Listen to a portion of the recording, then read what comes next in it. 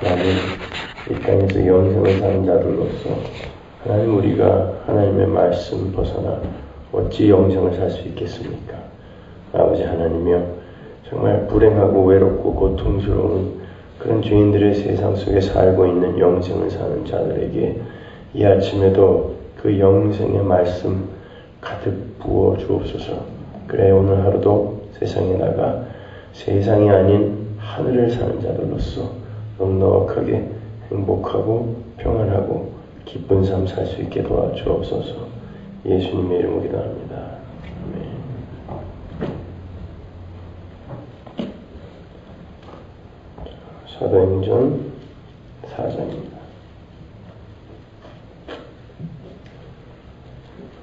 4장 11절 보죠. 이 예수는 너희 건축자들의 버린 돌로서 진 모퉁이의 머릿돌이 되었느니라. 네. 지금 이제 사도들이 안전뱅이를 일으켰더니 사람들이 이제 누구의 권세로 너희들이 이렇게 이 사람을 살렸느냐라고 이제 물어봤어요. 그랬더니 사도들이 예수님이 건강하게 만드신 거다라고 이야기를 했어요. 근데 예수님은 그들이 죽인 분 아닙니까? 근데 거기다 대놓고 그 살인자들 앞에 예수님은 살아있다라고 이야기하는 거랑 똑같은 이야기인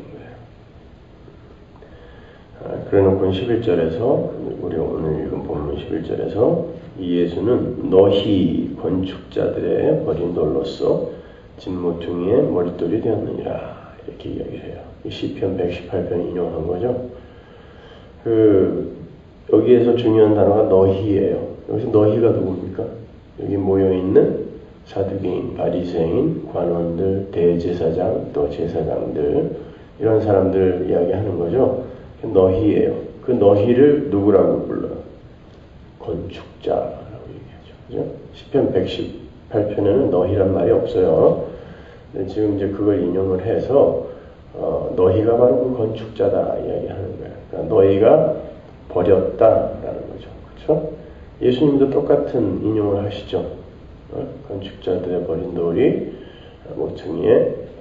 모퉁이돌이, 집에 모퉁이돌이 되었다라고 이렇게 이제 예수님께서도 마태복음에서 인용을 하시는데, 자, 여기서 건축자라는 것은 아주 상당히 중요한 의미가 있는 거죠. 자, 건축하면 생각나는 게 창세기예요. 얼른 생각나는 게 뭐예요? 가인의 그 성건축과 바벨탑 건축한 그 죄인들의 그 사건, 그것을 이야기하는 거죠. 그러니까 건축하면은 세상 사람들이 하나님의 나라 말고 에덴에서 쫓겨난 이후에 자기들이 원하는 자기들의 이상향을 건축하는 모든 사고와 행위를 이야기하는 거예요. 그걸 건축이라고 합니다. 지금 세상의 모든 사람들이 지금 하고 있는 게 바로 그 건축이에요. 자기들이 원하는 행복과 자기들이 원하는 유토피아, 그걸 건축하고 있는 거죠. 그래서 많은 이제 이데올로기도 나오고 교육과 뭐 여러 가지 과학 문명 이런 것들이 이제 계속 나오고 있는데, 그런 것들로 지금 인간들은 계속해서 행복에 도달하려고 건축을 하고 있는 거죠. 근데 그 건축자들이 이 미련하게 진짜 제대로 그 행복의 집을 지을 수 있는 진짜 모퉁이 돌인 예수가 오셨는데 그 돌을 버렸다는 거예요. 그 예수를 의지하지 않고 엉뚱한 것들로 지금 계속해서 그들의 건축물을 짓고 있다라는 그런 이야기입니다.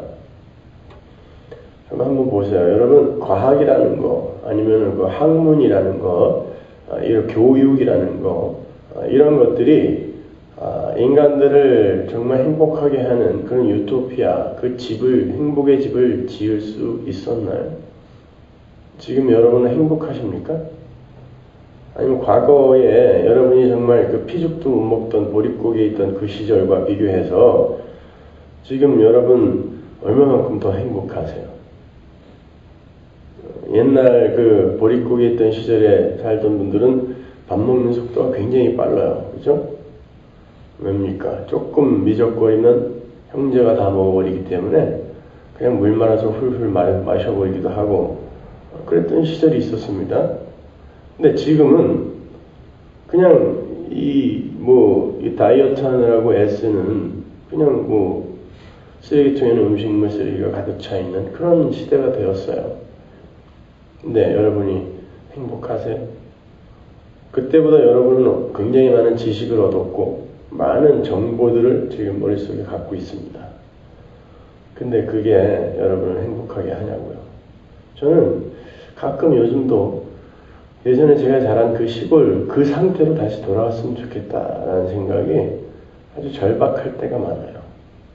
그때는 정말 먹을 것도 별로 없었고 겨울철 간식이라고는 그 장독에 가득 묻어놓은 김장김치와 고구마, 감자 이런 게 전부였어요. 그리고 밥이라고는 장국이라 그래서 늘 할머니가 밀가루로 칼국수를 해줬죠. 호박 썰어놓고. 그리고 밥을 봐야 보리밥에다가 고추장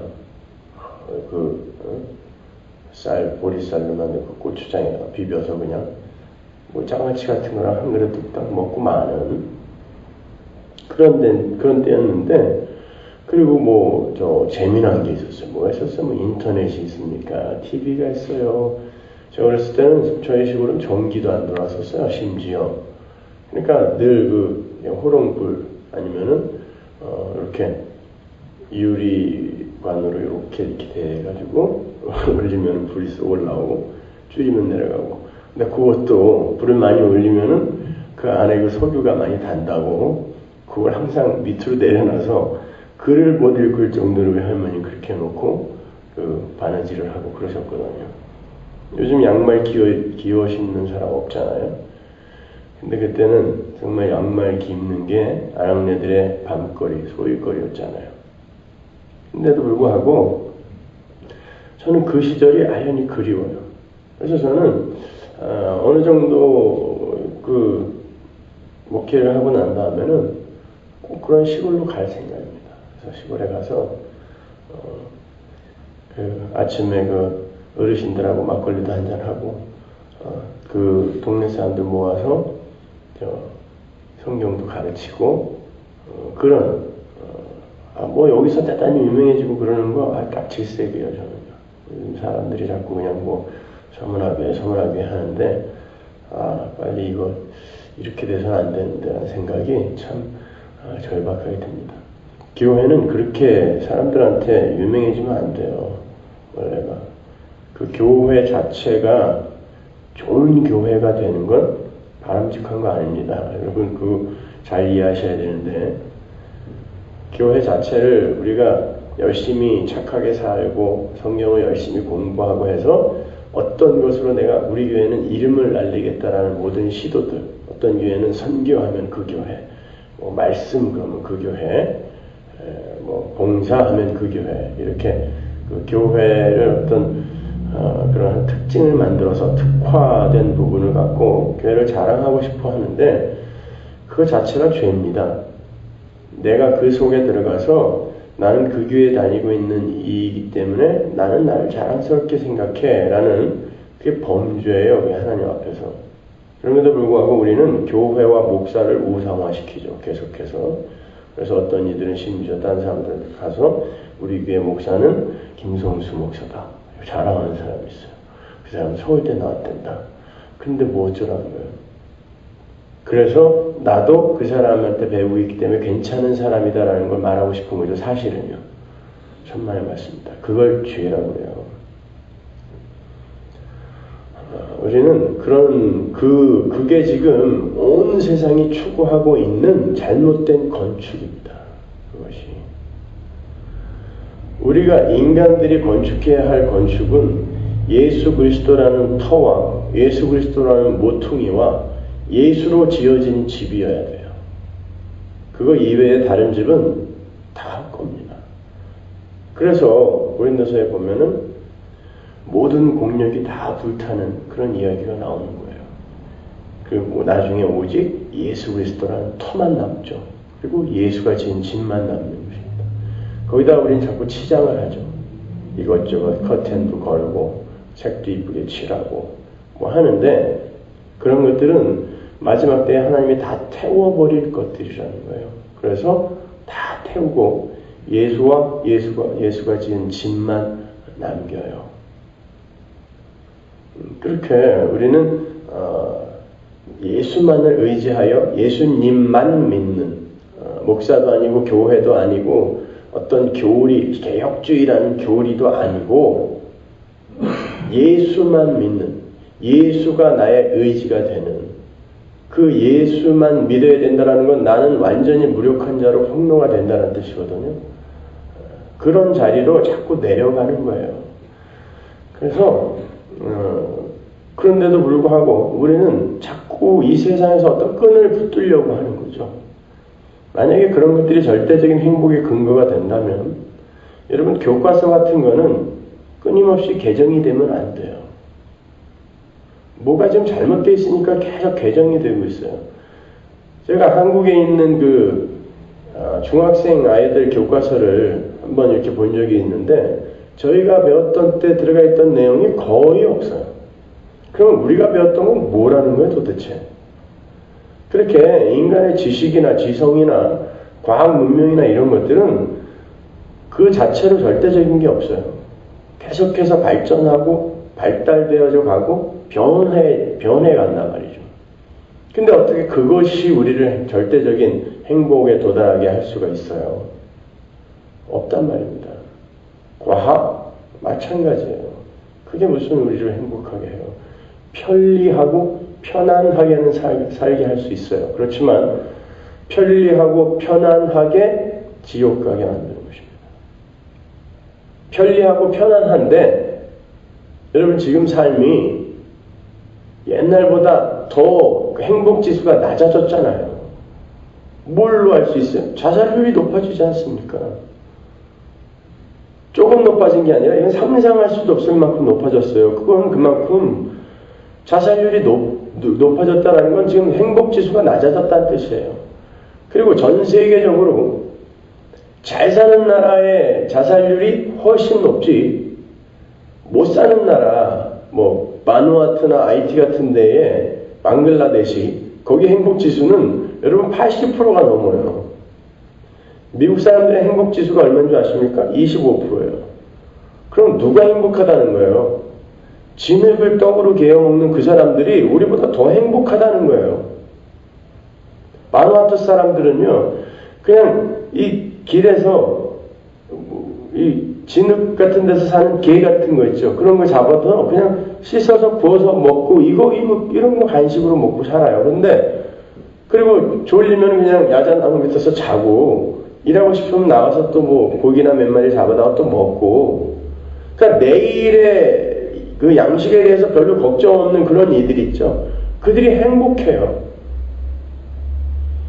근데 우리는 지금 노후까지 걱정하고 있어요. 은퇴 이후에 나는 어떻게 살 것인가까지 걱정하고 있으니까 그렇게 불행한 거예요. 안 될 것 같거든요. 자기는 그 이후에는 정말 어떻게 될지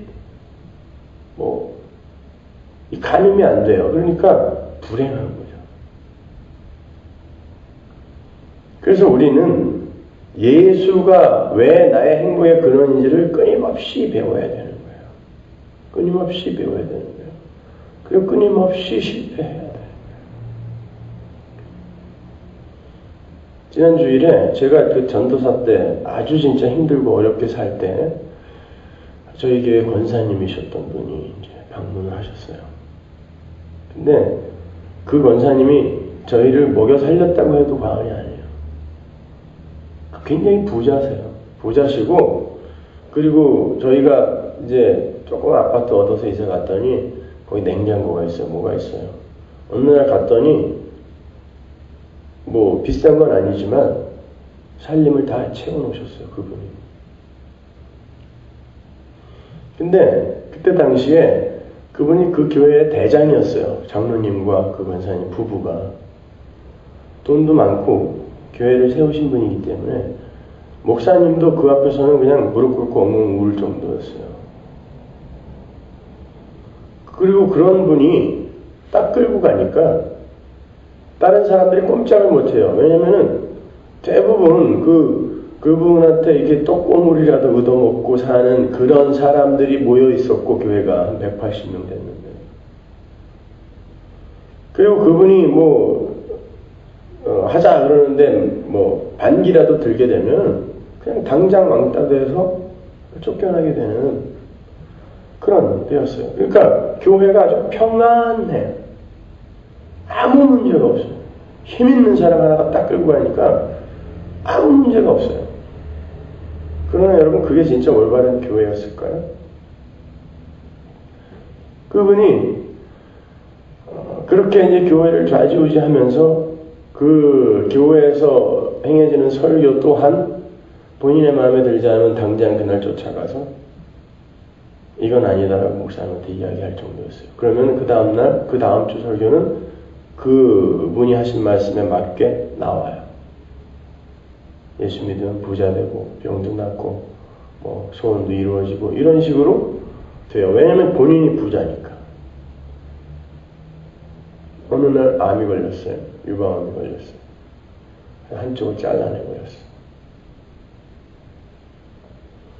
내가 이렇게 내 걸 손해보고 그리고 내 시간을 다 들여 교회를 섬겼는데 하나님이 나한테 어떻게 이럴 수 있어? 회의가 되기 시작한 거죠.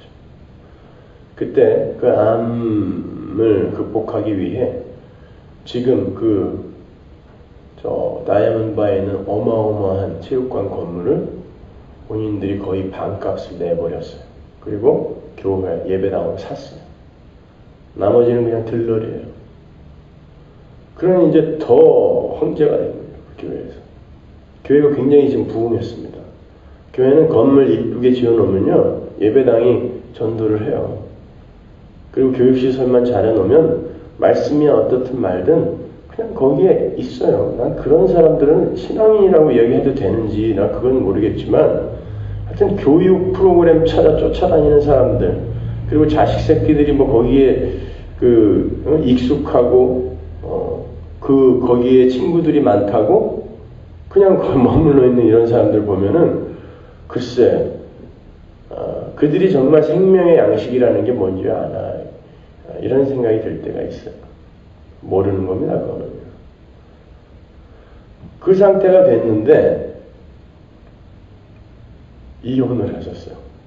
나이가 60이 훨씬 넘으신 나이에 깜짝 놀랐어요. 그걸 그저께 들었습니다. 제가 오셔갖고 얘기 들어 하시는데, 근데 그 후에 이분이 그렇게 권세를 갖고, 정말 이 세상적 권세를 갖고 뭐든지 자기가 하고 싶은 대로 할 수 있었던 그분이 수천만 불짜리 쇼핑몰도 갖고 있었고요. 근데 이제 이혼을 당해갖고 어떻게 됐는지 모르겠지만 하여튼 어떤 여집사님이랑 둘이 사시더라고요. 그때가 되니까 비로소 말씀이 들리더라고요. 원래 초창기에 저를 도와주기 위해서 우리 교회로 오시겠다고 첫 번째 창립 예배 때 오셨었어요. 우리 김성수 목사님은 내가 뒷바라지 해갖고 완전히 그냥 예배당도 사주고 다 해주겠다고. 근데 제가 그날 설교를 당신들은 전부 가짜라고 이야기하니까 그냥 가버렸어요. 예수님은 그런 거 당신들한테 주기 위해 오신 분 아니라고 그냥 난리를 쳤더니 그 다음 주부터 안 오기 시작하셨는데, 그런데 자기가 아래로 내려가서 결국에는 가장 의지했던 그 남편 장로님까지 떠나고 나니까 병든 몸에 가난한 삶 속에서 예수만을 붙들게 되더라는 거예요. 그때 딱 한 번 들었던, 그 이후로는 재수 없어서 안 들었던 제 설교가 생각나더라는 거죠. 그래서 인터넷으로 듣기 시작한 거예요. 여러분, 보통 그렇게 해서 가신 분은 창피해서 다시 제 앞에 안 나타납니다. 근데 주일날 오셨어요. 오셔서 설교를 듣는 내내 통곡을 하고 울었어요. 내 삶이 왜 이 모양으로 끌려가나.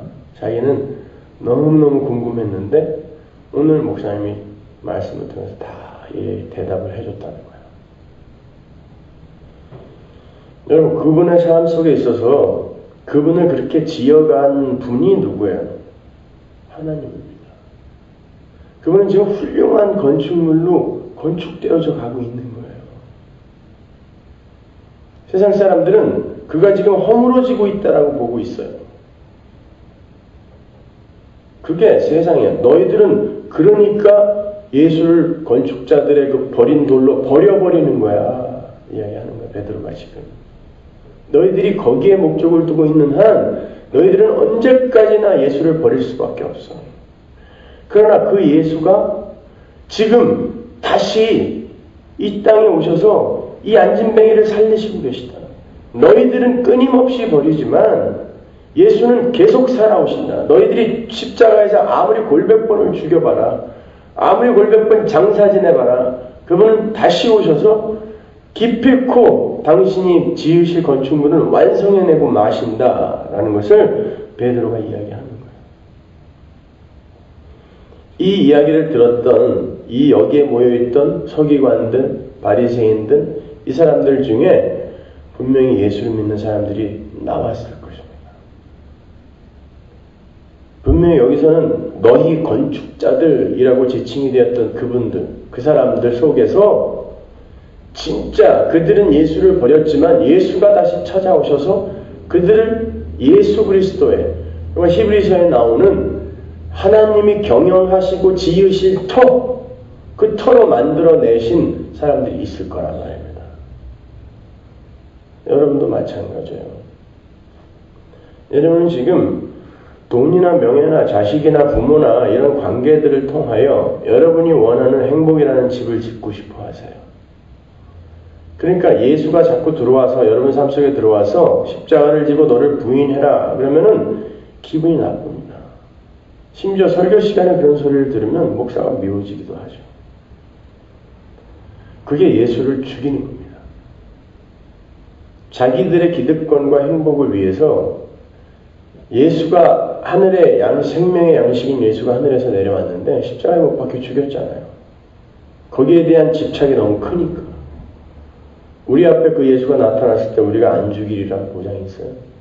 그 상태인데 우리는 우리가 원하는 행복이 있어요. 근데 예수가 와서 그거 아니라고 자꾸 그런다고 생각해 보세요.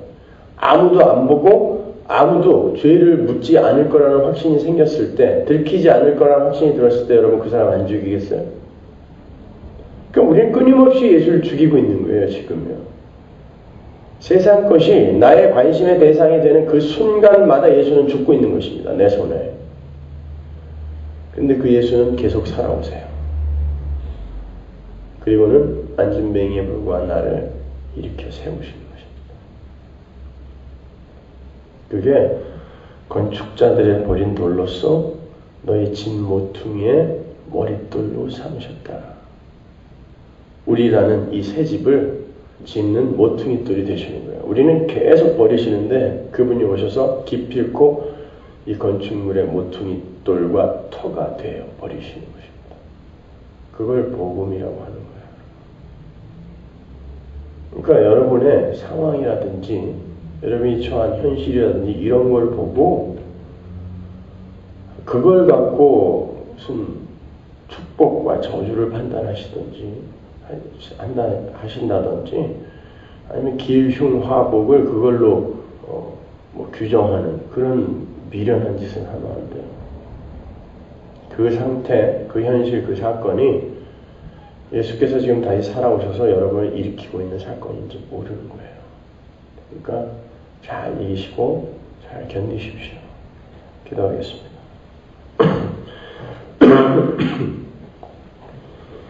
하나님 은혜를 감사합니다. 아버지 하나님, 우리 이 땅에서 예수에 의해 예수로 지어져 가는 이들입니다. 하나님, 그 길에서 벗어난 모든 관심과 집착은 다 죄인데도 하나님, 우리는 오히려 예수를 버리고 우리의 관심과 집착에 목을 매달고 있습니다. 하나님, 우리가 추구하는 그 행복, 이제 전부 부정할 수 있는 실력자 되게 해주시고, 예수로 말미암은 그 행복, 더욱더 선명하게 우리 마음속에 각인되어 그것만을 추구하는 성숙한 성도들 다 되게 하여 주옵소서. 예수님의 이름으로 기도합니다. 아멘.